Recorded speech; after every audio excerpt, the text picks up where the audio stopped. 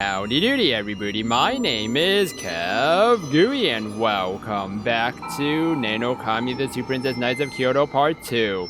If you missed the last episode, you can click on the eye on the top of the video to watch the previous episode to get caught up. You prepare suitable quarters for Haku. はい。では、少しお待ちを。よろしくね。 First things first, I need to learn how to use my sword properly before I try anything else. Teaching Shino how to tap into her power comes after that, which hopefully lets us somehow deal with all the foxes other than Haku. Life would be even easier if I managed to get Haku on our side too. Aw, I know.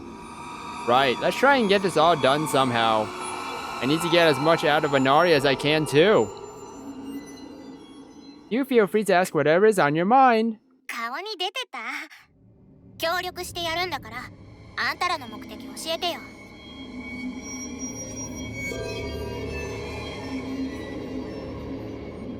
We simply wish to bring our master back to the visible world. The afterworld is a cold and dark place, the likes of which cause its inhabitants to slowly wither away. その隔離用に放り込んだ写し用の神様ってやつ、うずめの祖先なの？今でも恨んでる？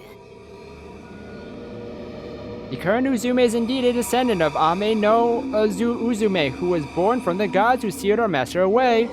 As for carrying a grudge, only your master can answer that question. それじゃ、この世界に戻ってきた後、あんたたちはどうするの？ We will simply abide by our master's will. 最初にハクと喋った時、主ってのは人に攻撃してこないって言ってた。でも土雲はこの世界を変えるって言ってた。何がどう変わるっていうの？ Heh. Our master would simply change the world's principles. Reshaping the world in a physical sense is the duty of you humans, is it not? 世界の断り？ I refer to what you humans have come to recognize as normalcy, the rules you've come to establish over time. Said rules have no bearing on us Ayakashi. That is all there is to it. その主ってのが世界を作り変えるってこと？ That a tie-in with what Tsuchigumo was saying? Not quite. It would simply be restored in its original form, although there's no doubt that it would cause panic amongst you humans. Such a panic would lead to the desire for a leader, and this leader would ultimately lead humanity to change the world by their own hand. That leader's gonna be Tsuchigumo, huh? I don't know how many coaches there are exactly, but it's hard to imagine that happening. 随分と勝手じゃない。あんたたちの行動が原因でそうなっても、そんなこと言うわけ？ We have no obligation to guide humanity along, nor do we care for what our actions cause you to do. まあ、あんたたちからしたらそうなのかもね。 They don't even care about us. That's probably why she's fine with helping me tap into my sword's power. 結局、人間とあやかしやその主様ってやつは共存できるのかな？ That all depends on humanity's actions. Talk about looking down on others. なら約束して。この世界には私の大切な人たちがいる。都辺の人たち、友達の家族、そしてうずめ。もしあんたたちの主がこの世界に出てきても、絶対にこの人たちだけは危害を加えないで。 Very well. Should you manage to stop with Lady Uzume, then we promise not to harm those who pose no threat to us. ねえ、もう一個だけ聞かせて。私のお父さんとお母さんのこと知らない？邪教ってのに入ってたりしないよね？ I'm afraid I have no knowledge of them. まあそうだよね。 Why am I even asking Ayakashi that? Indeed, it seems that preparations are complete too. レンさん、どうぞこちらへ。 Oh! Haku takes me to an open space with a downright dirty futon spread out, but that doesn't stop me from falling asleep the moment I lie down with her. Aww. They're cuddling together. I procured meals by breaking into convenience stores throughout the city and eating all the candy that was still on the shelves. Nario was more than happy to tell me all about how humans always steal from others when backed into a corner.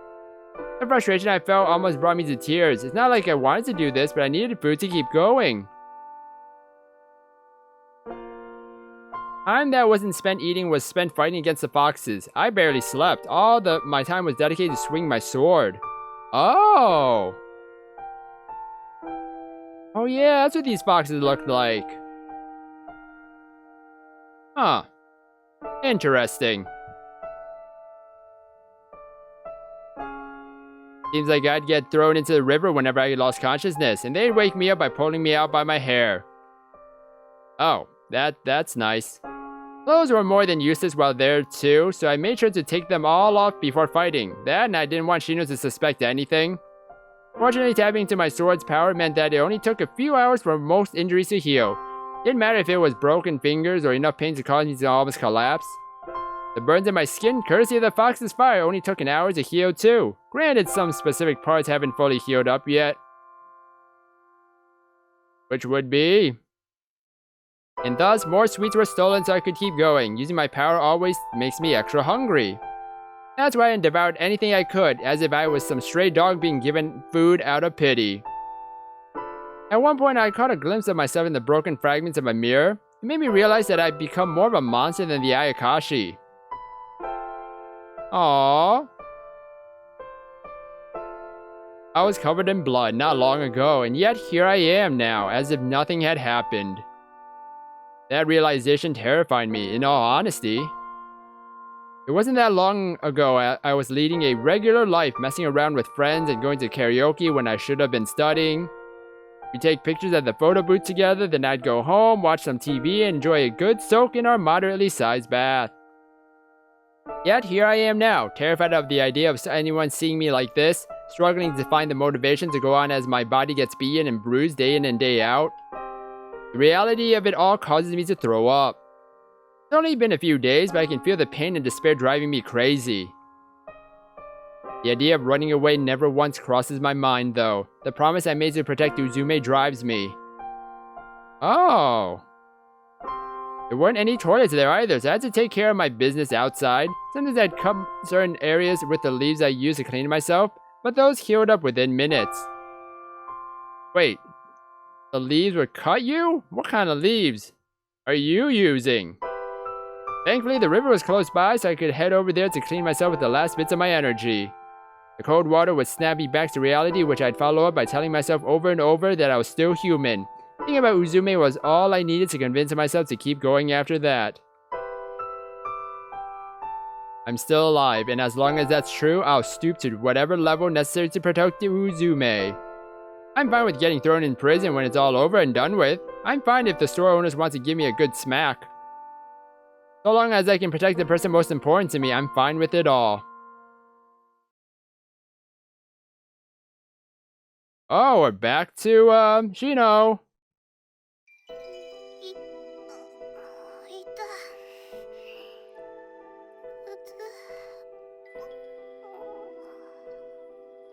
Oh, Len was dreaming.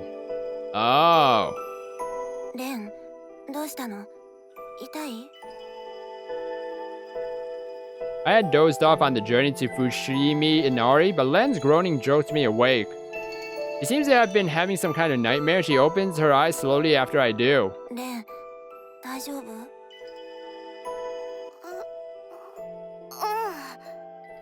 う着いたの? She smacks her head pretty hard thanks to the car shaking while she looked around. 竹原さん、ちょっと運転荒くないですか? Laughs her critique of his driving skills off before trying to light up a cigarette. この車、禁煙。ね、うなされてたけど大丈夫？ね。そりゃ、こんだけ乗り心地悪かったらうなされるでしょ。Acting like her usual self at least, but regardless, I worry about her. あやかしのところに行ってた時、何かあった？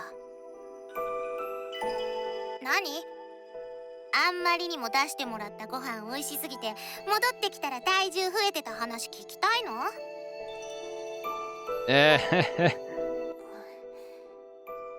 別に。 Might be overthinking things. 着いたら起こして。